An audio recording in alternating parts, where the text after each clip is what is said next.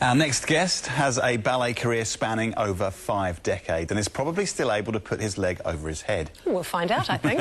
Now happily mentoring the next generation in the ballet world, the ever-so-charming Sir Jon Trimmer. You're terribly kind. Thank you. Lovely to be with you Now, both. with the left leg, or was it the right leg that went over? Oh, my gosh! Oh, there you go. Look at that. Look at you. And there's almost 55 years with the New Zealand Ballet. That's right. 55 years next year. Next year. It's a phenomenal achievement. Well, I wanted to, and so I did. How's it changed since you first started? A little bit more stable, put it that way. The ballet world, yes. Meaning? Better backing. Yeah. Yes, backing, good backing. Lovely dancers, and I feel they're all my grandchildren. And they're very kind to me. What's the secret to your longevity, a long career in ballet? Again, I think because I want to and I like it, yes. How much luck do you think has come your way, and how much has been just sheer hard work, hard graft? Half and half, really? I would say, yes. A lot of good luck, but hard work. You started at the age of 12. That's right. Correct, with your sister. My sister was a dancer in musicals, professional musicals around the country, and she retired, 15 years older than me. She retired and started teaching. Ah. Was 12 quite late to start ballet? Not too late, no. Can I draw any parallels between yourself and Billy Elliot? I mean, was it quite unusual for a guy to be getting on the train and heading to ballet classes? It might have been, but I was one of 6 kids, and my father played the violin in the orchestras for musicals that Mum danced in Wellington, and when he wasn't in the shearing sheds.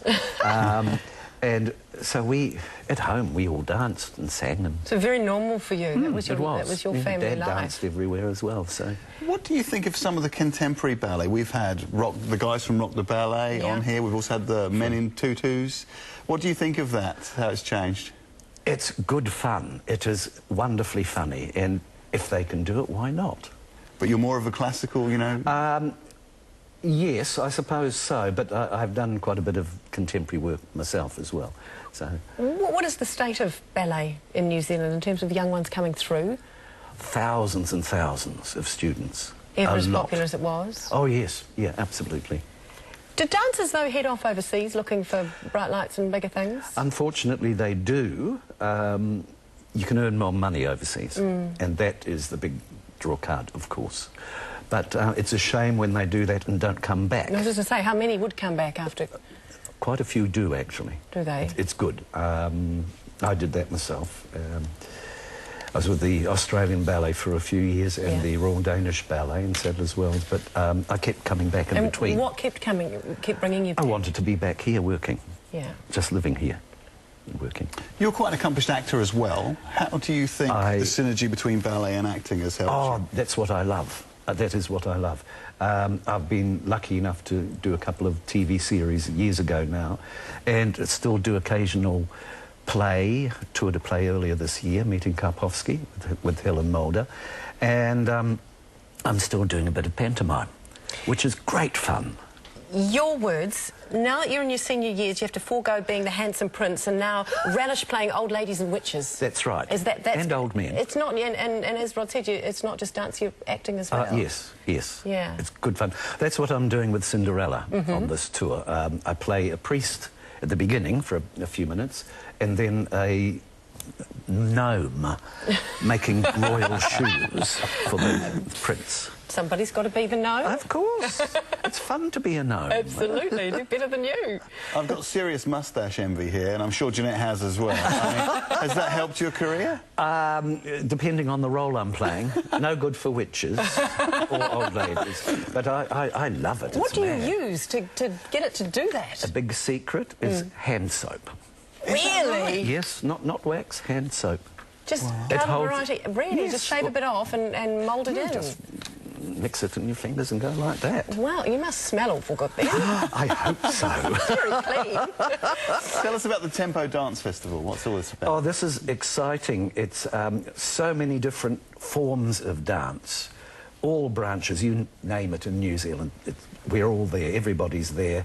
And I wish I was here in Auckland to see it all, but I won't be. I'll be coming up from Wellington. I'll be in the middle of rehearsals for Giselle at that time in October, and so I'll do my mime class, which I thoroughly enjoy doing. I teach not just ballet students, but drama students as well, any age at all, and also give a talk later on in the evening. All sorts of funny things that have happened in theatre during performances. Speaking of which, of all the awards you've won, the knighthood, the roles you've played, what would be the highlight? So many highlights, it's hard to really say. I've been lucky enough to perform in 5 different Royal Variety performances, both in Britain and in Copenhagen with the Danish royal family.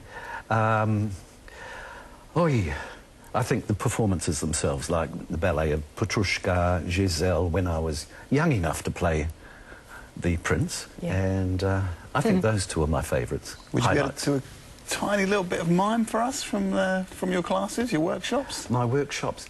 What a good idea. I'd really like to have the pair of you up on a pedestal in front of the camera. Oh, there isn't one. Yes, and just get you moving.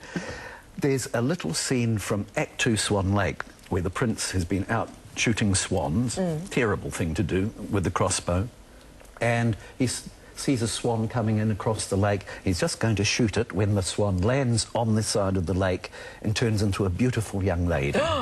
And so he puts the crossbow down and he goes up to her, and she's terrified, by the way, going... and he walks up and goes, "You, here, who are you?" And she goes, "I am the Queen of Swans." If you can get the arms in on the camera. And the conversation goes on like that. But it's easy, it's simple, it's got a long history. Mime goes back to the ancient Egyptians even. And in their temples, and that progressed through Greece and Rome and to the rest of the world. Beautiful. Very cool indeed. It's been a pleasure having you here. It's been lovely being here. Thank you both very much. All the upcoming roles. Thank you. Indeed. And Sir Jon will be at the Tempo Dance Festival. To find out more details, you can head to our website. After the break, Gigi is here with your astrology forecast for September.